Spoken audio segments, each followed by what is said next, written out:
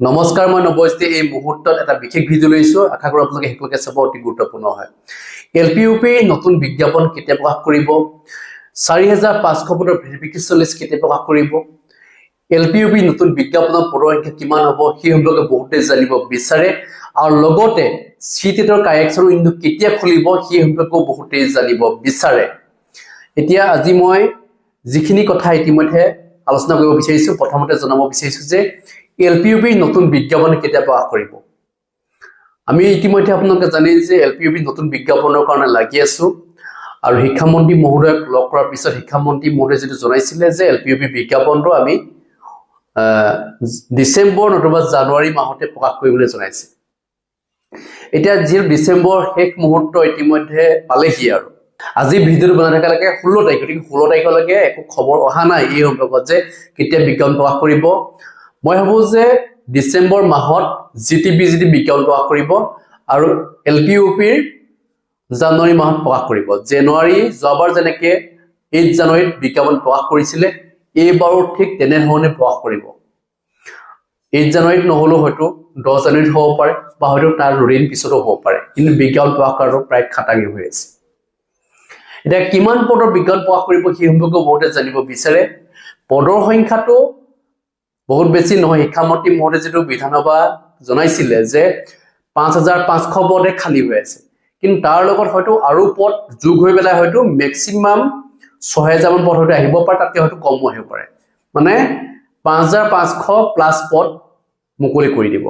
ইয়াৰে এলপিটো যথেষ্ট পদ থাকিব আৰু ইউপিটো থাকিব, মানে দুইটাই মিলাই, মানে বিশেষকৈ এলপিত বেছি পদ থাকিব ইউপিতকে, গতিকে ইউপিত বহুত বেছি পদ নাথাকিব। গতিকে যদিহে বিজ্ঞাপনটো জানুৱাৰী মাহত প্ৰকাশ কৰে, তেতিয়াহ'লে যিসকলে নতুনকৈ চিটেট পৰীক্ষাত অৱতীৰ্ণ হ'ব তেওঁলোকে সুযোগ লাভ কৰিব নেকি, তেওঁলোকে ৱেবছাইটটো পুনৰ খুলি দিবলৈ আহ্বান জনাব নেকি। যদিহে জানুৱাৰী 10 তাৰিখৰ পিছত যদি গুচি যায়, তেতিয়াহ'লে ফেব্ৰুৱাৰীত যেটো 8 তাৰিখে চিটেট পৰীক্ষা অনুষ্ঠিত হ'ব, গতিকে চিটেটৰ ৰিজাল্ট দিয়ালে প্ৰায় 1 মাহ লাগি যাব। আৰু এই বিজ্ঞাপনৰ সময়সীমা যিহেতু আপোনালোকে জানেই যে এটা নিৰ্দিষ্ট সময়লৈকে আবেদন কৰাৰ সুযোগ দিয়ে, প্ৰায়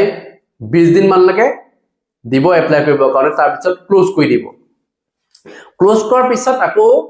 খুলি হয়তো নিদিব, কাৰণ যোৱাবাৰ খুলি দিয়া নাছিলে। আগৰ এটা নিযুক্তিত আপোনালোকে জানে যে খুলি দিয়া নাছিলে, মানে কেইদিনমানৰ কাৰণে তেওঁলোক বঞ্চিত হৈ গুচি গ'ল। এটা চিটেট পৰীক্ষাৰ ক্ষেত্ৰত আপোনালোকে জানে যে ৫৫০০ খুলি দিয়া নাছিলে ৱেবছাইটটো। এতিয়া ৪৫০০টো খুলি দিয়া নাই, মানে এবাৰেই দিছে আবেদন কৰাৰ সুযোগ, তাৰপিছত খুলি দিয়া নাই।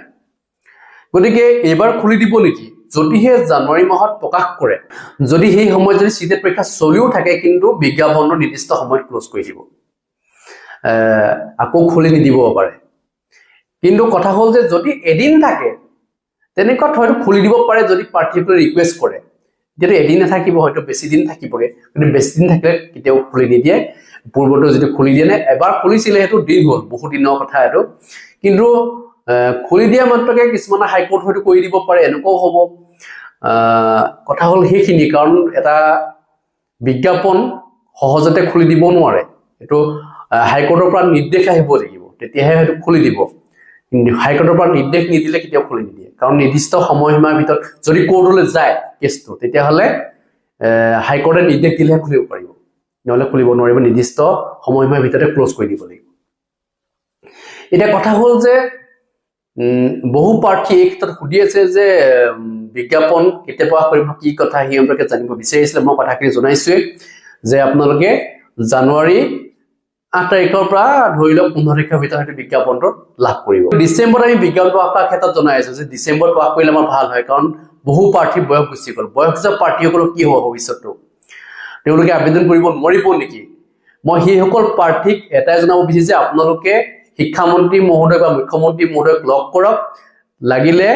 6 মাহ বা এবছৰ দিন যাতে বঢ়াই দিয়ে, কাৰণ আপোনালোকেতো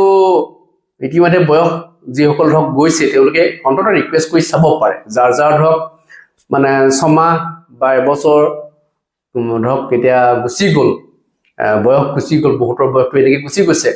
গতিকে সেইসকল প্ৰাৰ্থী হয়তো ৰিকুৱেষ্ট কৰি চাব পাৰে, হয়তো কিবা হয়তো সুফল হয়তো লাভ কৰিব পাৰে। কাৰণ এতিয়ালৈকে যেটো আমি নিৰ্দিষ্ট সময়সীমাৰ ভিতৰত যেটো আবেদন কৰাৰ ক্ষেত্ৰত আমি জনাই আছো আপোনালোকক, কাৰণ যিসকল জেনেৰেল কেটেগৰী প্ৰাৰ্থী তেওঁলোকৰ 41 লৈকে তেওঁলোকে পাৰে যিসকল OBC তেওঁলোকে বা MOBC তেওঁলোকে 43 লৈকে পাৰে আৰু যিসকল ST SC তেওঁলোকে 45 লৈকে আবেদন কৰি থাকিব পাৰে এতিয়া বিশেষকৈ যিসকল জেনেৰেল কেটেগৰী প্ৰাৰ্থী তেওঁলোকৰহে বিশেষকৈ ভয় হৈ থাকে কাৰণ 41 লৈকে পাৰে তাৰ পিছত তেওঁলোকে নোৱাৰেগে বহুতৰ এতিয়া কি হৈছে 41 হৈ গৈছে তেওঁলোকে এতিয়া নেক্সট যদি জানুৱাৰী মাহত যদি এডভাৰটাইজমেণ্ট প্ৰকাশ কৰে তেওঁলোকে আবেদন কৰিব নোৱাৰে গতিকে সেইসকল প্ৰাৰ্থী অন্তত ৰিকুৱেষ্ট কৰি চাব পাৰে বেলেগ উপায় নাই আৰু এতিয়া হৈছে মই 4500 ভেৰিফিকেশ্যন প্ৰক্ৰিয়া সন্দৰ্ভত বহুতে সুধিছে যে 4500 পদৰ ভেৰিফিকেশ্যন কেতিয়া হ'ব কাৰণ তেওঁলোকে সাজু হ'ব লাগিব কাৰণ ভেৰিফিকেশ্যনৰ কাৰণে বহুত বেছি সময় নিদিয়ে মাত্ৰ 2-3 দিনৰ ভিতৰত তেওঁলোকে যাবলগীয়া হয় গুৱাহাটী যাবলৈ তেওঁলোকে প্ৰিপেৰেশ্যন হ'ব লাগিব ডকুমেণ্ট তেওঁলোকে গোটাব লাগিব যদি কাৰোবাৰ ডকুমেণ্ট নাই তেওঁ সেই ডকুমেণ্ট গোটাব লাগিব গোটেই কথাবিলাক ইতিমধ্যে এই ভেৰিফিকেশ্যনৰ ডেটটোৰ ওপৰত ডিপেণ্ড কৰি আছে কেতিয়া ভেৰিফিকেশ্যনৰ ডেট ঘোষণা কৰিব আৰু কেতিয়াবা ভেৰিফিকেশ্যন হ'ব নাম আহিব নাহিব তেওঁলোকে জানিব বিচাৰে এতিয়া কথা হ'ল যে যিসকলে ভেৰিফিকেশ্যনৰ কাৰণে বাট চাই আছে যিসকল নেকি যথেষ্ট নম্বৰ তেওঁলোকৰ আছে তেওঁলোকে ভেৰিফিকেশ্যনৰ কাৰণে বাট চাবই গতিকে সেইসকল প্ৰাৰ্থীয়ে জানিব বিচাৰে যে কেতিয়াবা ভেৰিফিকেশ্যন ষ্টাৰ্ট হ'ব এতিয়া কথা হ'ল যে যিসকল PWD প্ৰাৰ্থী তেওঁলোকৰ 16 ডিচেম্বৰ তাৰিখৰ অৰ্থাৎ আজিৰ পৰা তেওঁলোকৰ 18 তাৰিখলৈকে ভেৰিফিকেশ্যন প্ৰক্ৰিয়াটো চলি থাকিব 18 তাৰিখৰ পিছত মানে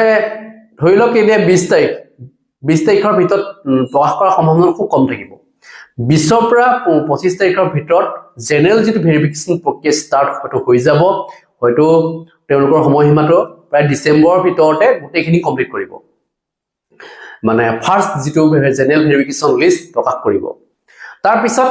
সেকেন্ড ভেৰিফিকেশ্যন লিষ্ট প্ৰকাশ কৰিব দুটাকে হয়তো প্ৰকাশ কৰিব কাৰণ 4500 পদ একেলগে গোটেইখিনিকে মাতি নিদিয়ে কাৰণ বহুত সময় লাগে সেই কাৰণে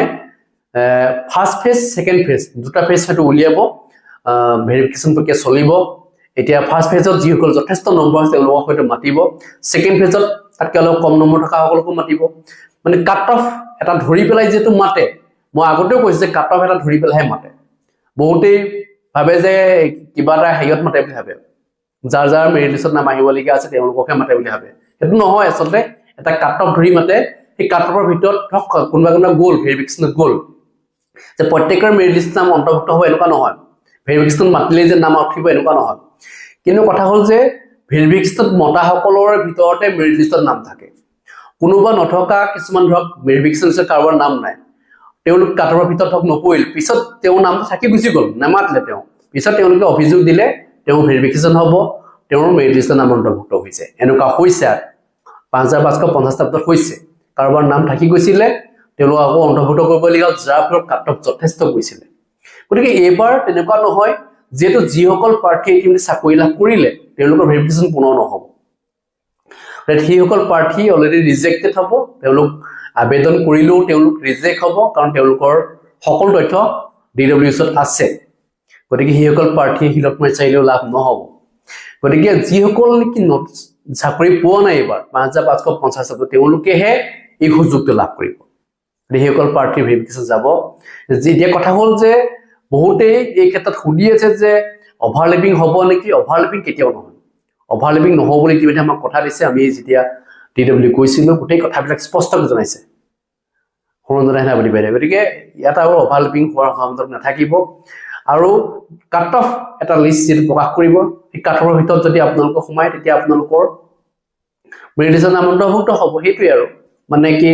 জানি যোৱাবাৰ যেনেকৈ মেৰিট লিষ্ট প্ৰকাশ কৰিছিল ঠিক তেনেধৰণেই কৰিব মানে লিষ্ট হিচাপে নোলায় মানে এটা কাট অফৰ ভিতৰত আপোনালোকে নিজেই আপোনাৰ চাব পাৰিব আপোনাৰ নাম মেৰিট লিষ্টত আছে নাই এইখিনি চাব পাৰিব যেটো পূৰ্বৰ সিস্টেমটো নাথাকে এইবাৰ নতুন সিস্টেমত যেটো কৰিছে গতিকে সিস্টেমটো সম্পৰ্কত কিছুমানে এতিয়া কৈছে যে আগৰ নিয়মত প্ৰকাশ কৰিব লাগে এটা আগৰ নিয়মত যেটো প্ৰকাশ কৰা নাই গতিকে এইটো নতুন সিস্টেম উলিয়াইছে এই ক্ষেত্ৰত আপোনালোকে নিশ্চয় জনাইছে আমি এই ক্ষেত্ৰত জনাইছিলো যে এইটো সিস্টেম কৰিব নালাগে আগৰ সিস্টেমটো ভাল আছিল গতিকে কি কৰে এইটো সময় দেখা যাব এটা কথা হ'ল যে যিসকল প্ৰাৰ্থী ইতিমধ্যে প্ৰাৰ্থীয়ে সিটেটৰ অনলাইন আবেদন প্ৰক্ৰিয়াত ভুল কৰিছে কাৰোবাৰ ধৰক ডেট অফ বাৰ্থ ভুল হৈছে কাৰোবাৰ আকৌ ধৰক কাষ্টত ভুল হৈছে কিবা কিবি গণ্ডগোল কিছুমান হৈছে কিছুমান যিসকলৰ নেকি ভুল হৈছে কাৰেকশ্যন উইন্ডোটো কেতিয়া খুলিব তেওঁলোকে জানিব বিচাৰে কাৰেকশ্যন উইন্ডোটো 3 দিনৰ কাৰণে খুলি দিছে আপোনালোকে যেটো জানে যে 18 তাৰিখলৈকে আপোনালোকে আবেদন কৰিব পাৰিব 18 তাৰিখৰ পিছত কাৰেকচন উইন্ডো খুলি দিব মানে কিমান তাৰিখৰ পৰা 23 তাৰিখৰ পৰা 26 তাৰিখৰ ভিতৰত আপোনালোকে